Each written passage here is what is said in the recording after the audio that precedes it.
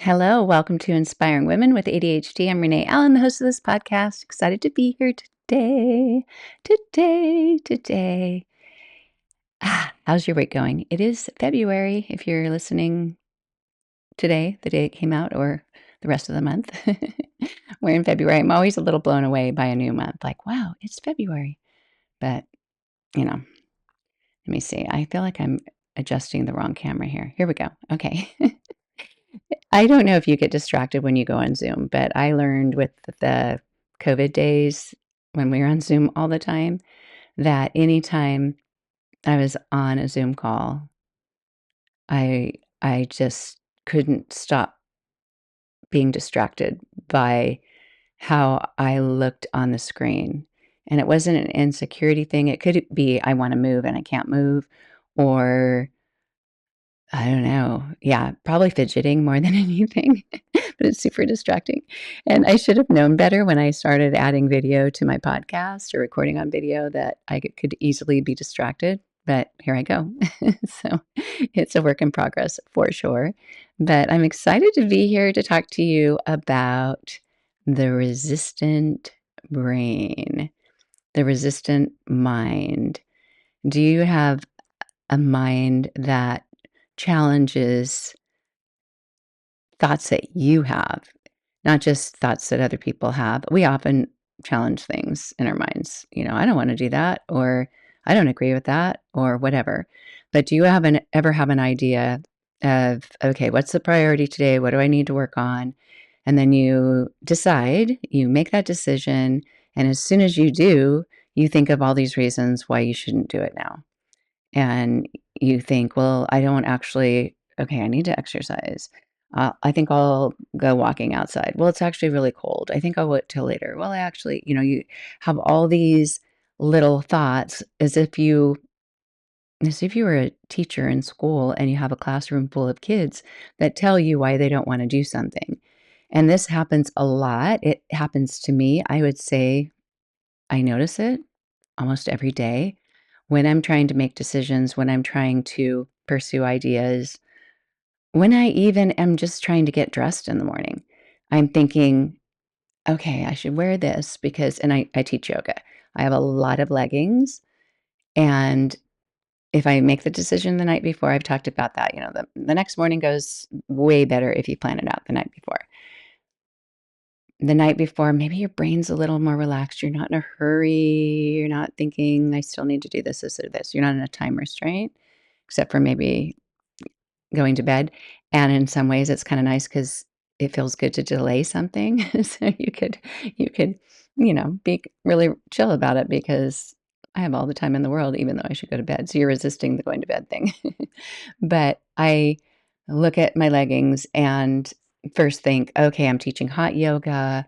I'll wear shorts. Well, now it's wintertime. And at some point, I stopped wearing shorts to hot yoga because if I wanted to teach poses that required my some kind of grip between the arms and the legs. So I don't know if you've done crow pose before, but you put your legs on, let me see, on on your arms. It's an arm balance. And if you are super sweaty, you have shorts on, you will slip and it doesn't work very well. If you have leggings on, even if you're sweating more because you have leggings on, you won't be sweating where the leggings are, so you can have that grip. So there are things that come to mind, like, I should wear shorts, and then for a while, I battled, "No, don't wear shorts because it's slippery." Well, what if I don't teach crow today? Well, what if I want to teach crow and last minute? What if somebody suggests it? So then I'm wearing leggings. Well, what top should I wear? What sports bra should I wear? I felt like I was suffocating in this one last time that's, like the Align tops. I don't know if you know the Align tops from Lululemon. I was gonna say Instagram. Why do the wrong words come up sometimes?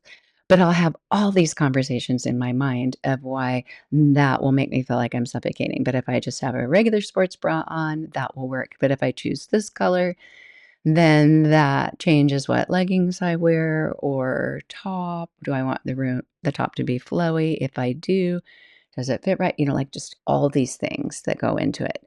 Should it be much more simple than that? Yes.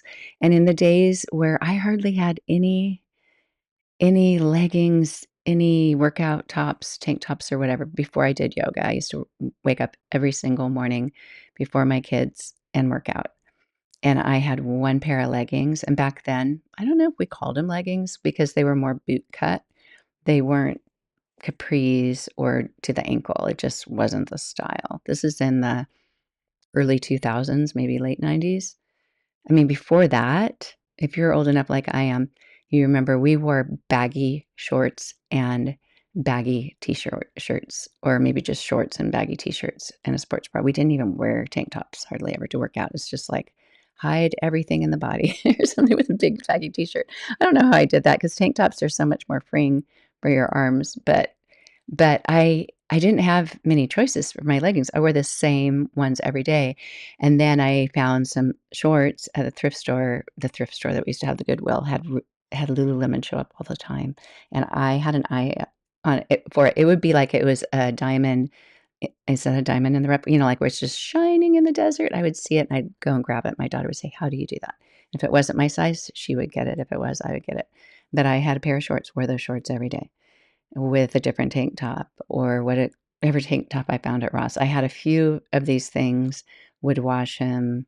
If I got sweaty, I didn't get as sweaty at home, but it simplified things. Now I have so many options, and I'm glad I do because I teach in different environments, or it's colder, I need to wear this instead, or I'm going to teach on Zoom. And because of that, it affects a lot of things. When I used to have a microphone and wear it in my bra, it couldn't fall out, like all these things. So it just gets very complicated. And so you might have these conversations in your mind of debating things to make a decision. But what if you've made the decision and your brain resists? You think, I should go to the store. And what would be fun, this is real life example. I'm going to go to this health food store. Yes, it takes longer to get there, but I really want to go to that store. I haven't been able to get myself to go there. It takes a while to get there. It takes a while to do it. Do I want to take a chunk out of my day, 2 hours? Maybe not. But what if I tack it on to stopping by the gym that has an all women's sauna? I really like that sauna. That would entice me to go. And so I think I should do that. And as soon as I think that, I think, but you should really do this, but you should really do that. And I have all these arguments in my mind. Sometimes they're things that are fearful arguments, maybe not with the decision making, but with an idea that I have. I should do this. And then I start to think of all the reasons why I shouldn't. But it's this, but it's that, but it's ever. And if you just watch your own thought process throughout your day, you might recognize that you're doing that you come to a conclusion, you've made a decision, or you have this brilliant idea, I should do this. And as soon as you start to go do it, like I'm going to go make a phone call, I'll invite these people to do this or whatever, you come up with all these ideas of why you're not going to do it. And are they realistic counter thoughts? They might be. But for me, I feel like I'm living in fear or indecision or chaos when I do that, and I don't wanna do that. I don't wanna have my brain argue with itself all the time. Why would our brains do this? Why would we have a resistant mind? Well, let me tell you. Let me tell you. So, your brain often says no to things that you really want to do. Sometimes you're on the brink of doing something fascinating, amazing, wonderful, and you stop yourself. That could be fear.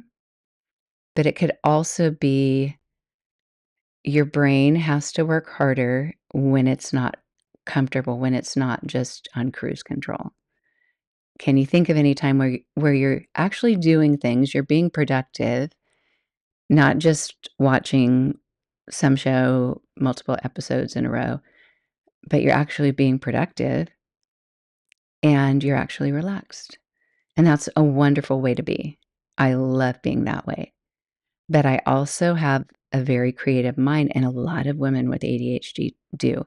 You have a very creative mind, or you have some gifts and you are inspired for whatever reason, ideas come to your mind and you feel pulled to do that. And so you start to think, yes, and you even think of ways of doing it. And if you don't act on it right away, or at least write down what you want to do, that same brain that feels inspired to do something and has lots of ideas may forget about it.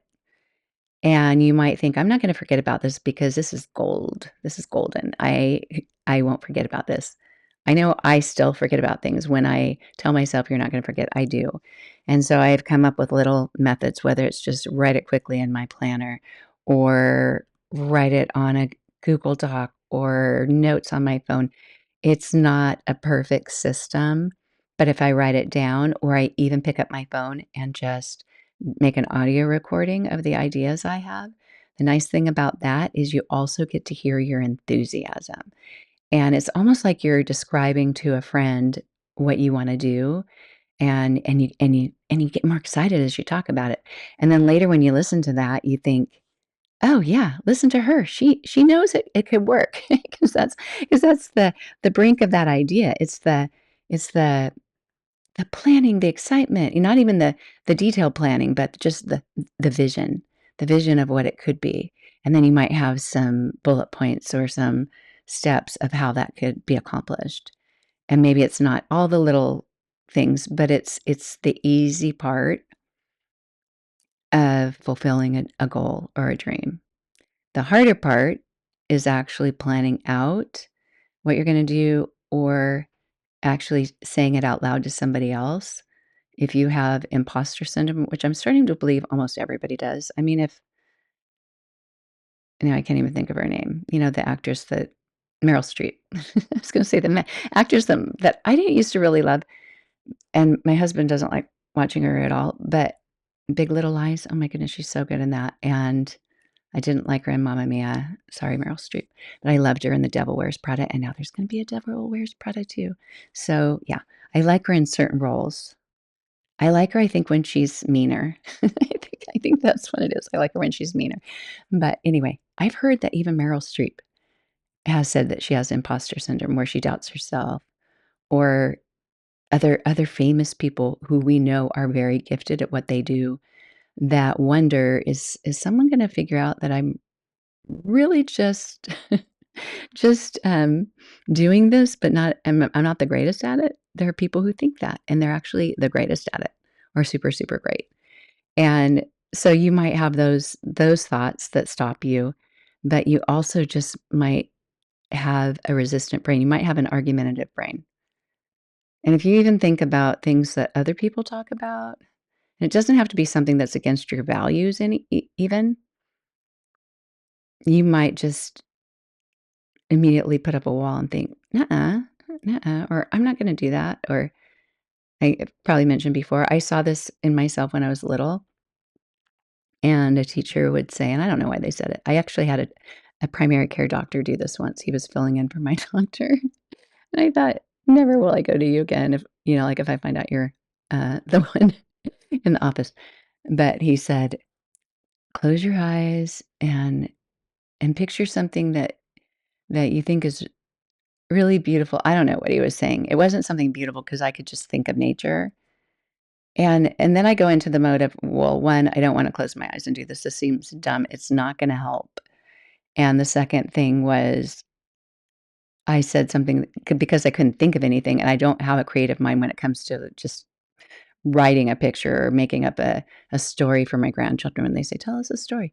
I am so not good at that. All I do is look at the obvious. I make up a story about a little girl with her name, like I actually draw upon what they did that day or that week, and because, yeah, I can't do that. So I told him it was a pony running through a field. I was never a child that loved ponies. It was so dumb. Oh my goodness. And I think I was having problems, like, getting lightheaded and dizzy a lot, and that's what he suggested because my hormone, tests or whatever you take to see if you have hormone imbalance or anything like that we're fine. So he was going with that. So anyway, but if you have a brain that when people suggest things and you just think, why are they doing it that way? They should do it this way. I don't know. Do you like to be in charge? Do you have a hard time following along with other people? For me, it depends on who they are and what they say. I love following along with a lot of people. And if I can learn from them or if they have good ideas, but yeah, I can be critical in my own mind. Hopefully it doesn't come out. Ooh, yeah, yeah, that's another thing to work on is, not letting people always know what's in your head. But yeah, so why does our brain do this? Why do we have these arguments? Well, when we like things that are familiar, that are routine, that isn't outside of what feels comfortable to do. And if you have ADHD and your dopamine levels aren't at a level that they should be, it takes an extra jump or 2 to get up there. And so that's gonna take more work than it might for somebody else who has an idea and acts on it. And, it's a big brain shift. My husband loves the spontaneity of things, and I probably do sometimes, but I'm more of a, like, "Let's go on a trip. How about in 8 months?" And I plan it out. "How many days should we go?" Or, like, right now, what is it? It's February. "Where are we going for Easter? Are we gonna have Easter here?" When we used to live 3 hours from his parents, my parents were farther away, but, "Where should we go for Easter? How long should we stay? Blah, blah, blah, blah, blah," or whatever. I would plan out like, right now, I'm already planning my summer, and if I got invited to a wedding, I could make it work, but I don't like it when I hear about something that's like a month or 2 before summer, and I think, "You expect me to find out how to make this work in my summer when it's April?" Like, there's no way. It's frustrating for my brain. My brain needs time. It needs something that can grow slowly, that can be creative with my mind, and my husband's more like, "Are your shoes on? Let's go do this." "Everyone get your shoes on," and I'm like, "Wait, what?" And he loves that, and that's fun too. So it's been a good balance. We took one trip once when we had 5 children. We have 6, but I was expecting my 6th at the time, and it's probably in my 2nd trimester. I feel like I didn't really experience I went from not showing to showing in that on that trip because the trip was almost a month long, and we drove from California all the way to St. Louis and visited people along the way and visited some people on the way back. So, I wanted to get there, and I wanted to know that we could get there in a certain amount of time. So, the agreement that we made was you plan out all the things to getting there, and he'd plan all the things to getting back, and we had more time to get back. And we were spontaneous. We went through an Amish village. I never would have thought to go through an Amish village. That was the quietest my kids were the whole trip, just in awe. It was pretty cool. But, yeah, yeah. So, sometimes we have a hard time when your husband stops the car and says, "Let's all walk and see this trail over here. It's a historic spot." And I'm like, "What?" And I would literally say things like, "Man, it's not like this is so mind-boggling." But it was a big part of the trip. The kids are out there excited. I'm like, "Can I just sit in the car?" I just rather sit in the car like I wasn't planning on this. So it wasn't what my brain was expecting, and I had a hard time adjusting, but eventually I'd get out of the car. But I also did like the quiet, like, "I can just be in the car. Can you take the kids and do that?" But I like things to be predictable. I also like things to be productive, but sometimes you might prefer predictable over being productive.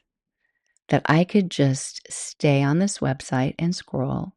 I could go on to Amazon and check my subscribe and save. I don't know if you do subscribe and save and decide, do I want to push that back a month? Do I want to cancel? I mean, that is a predictable pattern that I've done since 2020. Since COVID, I learned about subscribe and save, changed it over time for sure.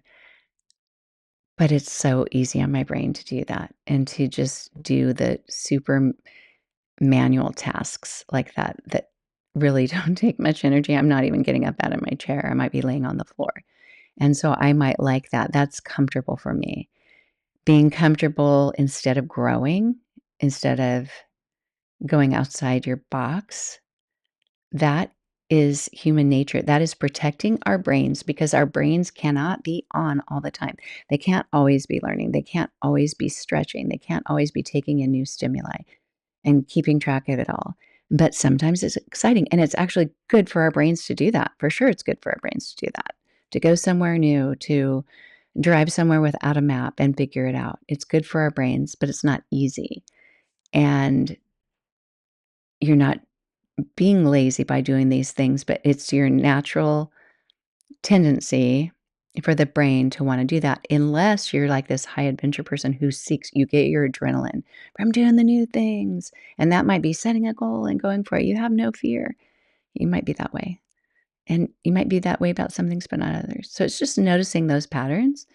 And when you want to do something that's not your same day in and day out, and it gets really boring sometimes to do the same thing day in and day out. When I walk through the house and I'm seeing, oh, the dishwasher needs to be unloaded, I think, how many years have I been doing this? I'm not the only one in the house who does it, but still, yeah, it's very mundane. It's very mundane. So you add something that's not boring. You watch a TV show, listen to something, call a friend or whatever to tell yourself it's not boring to deal with it. But that's also brain protection, right? So this is why it's a little bit harder when you have ADHD, or a lot harder, because it might happen more for you than others. You might be in a group of people and you find that you're the only one that's having this resistance in your brain.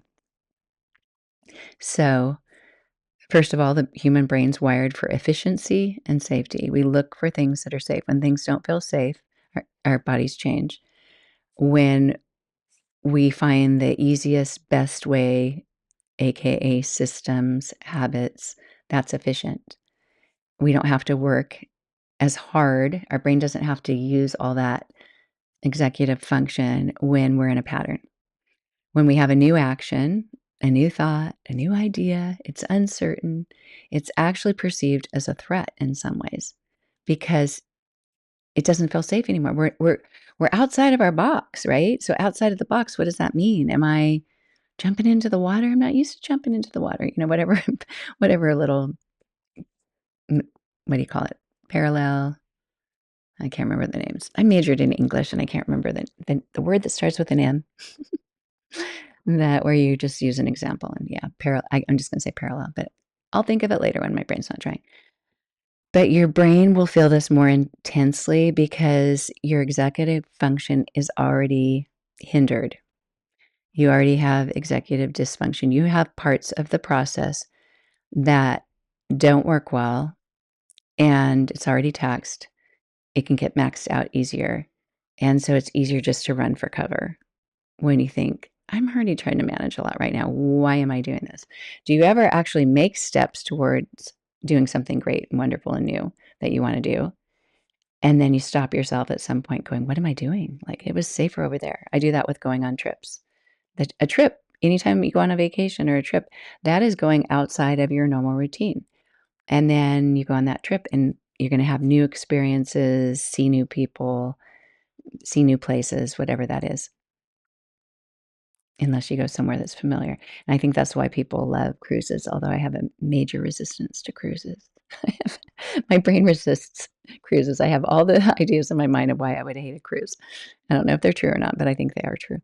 So I doubt I'll ever go on a cruise. But anyway, so you're perceiving it in this way. You don't want to pursue it at some point, whether it's early in the stage or later, and you start to say, like for me, why am I going on this trip? And you start getting anxiety about it. You start to think of things that could go wrong, or maybe you didn't manage right or whatever.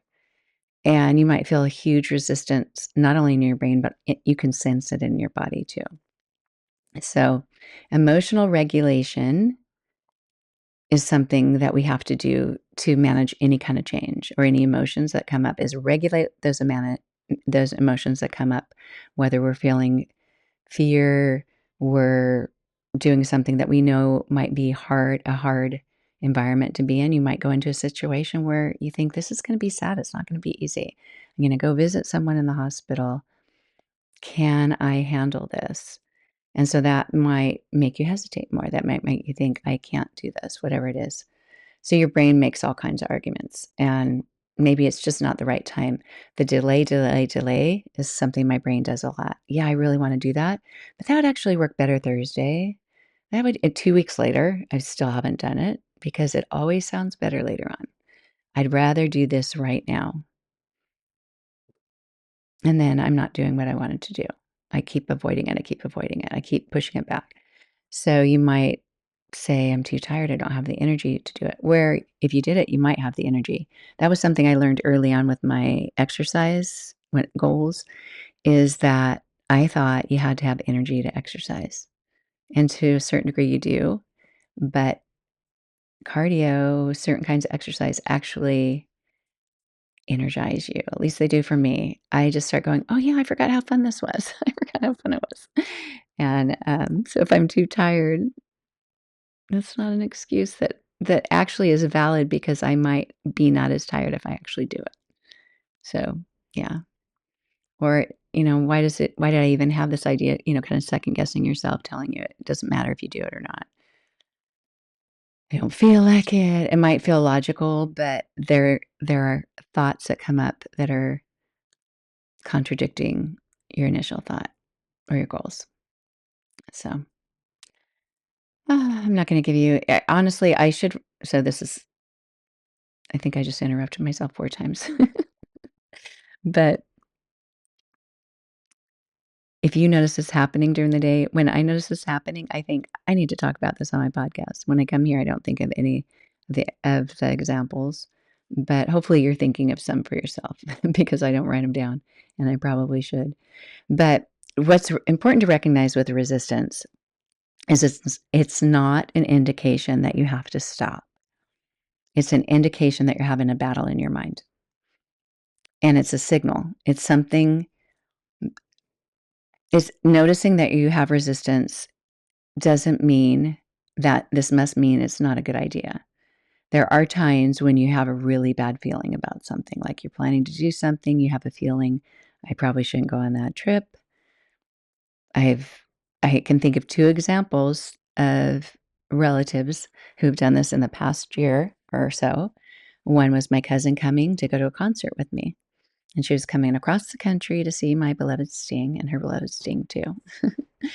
And at some point, she started thinking, "You know what? Maybe I shouldn't go on this trip." And she just had a bad feeling about it. And she even reached out to me and said, "Do you still wanna go?" Because I had some things going on with my dad's health. And I said, "No, I still wanna go. I still wanna go. I'm not going. I'm planning to go there, like, in a month, and yeah, let's still do it." So I think she was probably like, later when I found out what was going on, she was probably thinking, "You know what? Maybe she can't go either, and this would be better." So about maybe 5 days before the trip, almost a week before the trip, she said, "I need to cancel. I'm really sorry if you can't sell the ticket. That's fine, won't need a refund, but I've been feeling like I shouldn't go." And then that was when there were a whole bunch of airline cancellations during the government shutdown. And she said, "When I saw that on the news, I thought, you know what? This must be if they're canceling that many flights and I have a layover in big airports, I'm just not gonna go." And I said, "Okay." And what ended up happening was it did simplify a lot of things here because I had a grandson's birthday, all these things, but I still would have loved it. But 2 nights before the concert, I go on just to check to see if her tickets sold. The concert was canceled.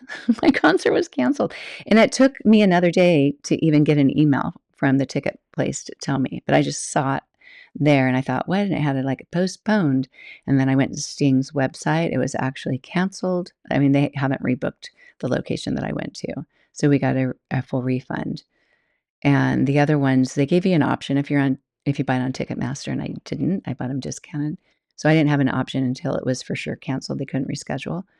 But her feeling to not go really made a difference because she would have flown out here, probably had airport problems, but arrived the day before we found out that it was canceled, and then been here for a couple days, which could have been nice, but she has a family. I had things going on, so she listened to that, and there are times that you just get that feeling. The other person that didn't come, that canceled a trip that he was gonna come, my daughter-in-law's father, he said, "I just don't feel like we should come." They were gonna plan to come out to Florida, to Tampa and to here. And that was when there was Hurricane Milton. Was that the one? There were 2 hurricanes that year, and one of them was really destructive, St. Petersburg, Tampa. And he had a feeling a few months before not to come that weekend. So, sometimes you have those feelings. Notice the resistance. Is it a pattern of resistance or does this feel different? Because you can honor things and you should when it really feels like this is a prompting. I need to go with this feeling that I'm having. But if it's just a lot of thoughts of, I don't know where to start, I don't want to do that yet, da, da, da, da, it's not a good day to declutter, I can't do that right now because I need to do this, whatever it is, your mind is creating reasons to prevent you from starting because it's easier than starting a new thing. And noticing that and reframing it and seeing, hey, I see what's going on. This isn't a give up moment. This isn't a point where I need to stop and I'm not going to do it. Just tell yourself, I'm closer to doing it. I'm even closer than I was before because I'm about to get over this hurdle. I can see that barrier and I can move that barrier. And you can just get yourself to do a single part of it. You can notice that argument coming, tell yourself, I hear you, but I'm doing it anyway. I'm doing it anyway. That might happen. All the fearful thoughts that come up.